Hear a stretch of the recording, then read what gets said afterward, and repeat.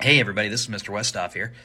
Welcome to Westy's class. I'm going to talk about what we talked about in class right now. And if you find this somehow, congratulations, you just found a way to get free homework help. So, today in class we talked about the Constitution. We finished talking about the Constitution, and specifically we talked about the three branches that the Constitution has: the executive, legislative, and judicial. If you can find this and tell me, who are the four state representatives for the state of Kansas? I'm talking District 1, 2, 3, and 4, and tell me, who are the two Senate representatives? And you're in my class, I'll give you extra credit. If you're not in my class and you somehow found this and you want to tell me in the comments, hey, go right ahead. Who am I to judge? I'm a social studies teacher. It's cool if people know that kind of information. The question I asked my class today was this: which branch of the government is more important and why? All three branches are important. I don't think there's any way you can dispute that fact in any way, shape, or form. But which one do we think is the most important?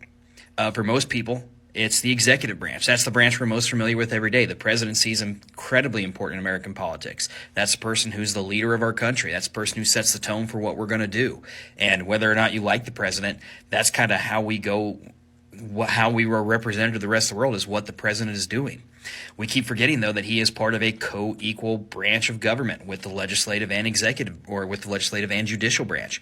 Our judicial branch decides what the president can or can't do, if it's legal or not. They get to decide if the president can withhold documents from a congressional investigation, like the Supreme Court just recently decided just last night concerning the January 6th investigation from Congress. Congress gets to, the judicial branch rather, gets to decide who's allowed to get married, what's legal for people to get married.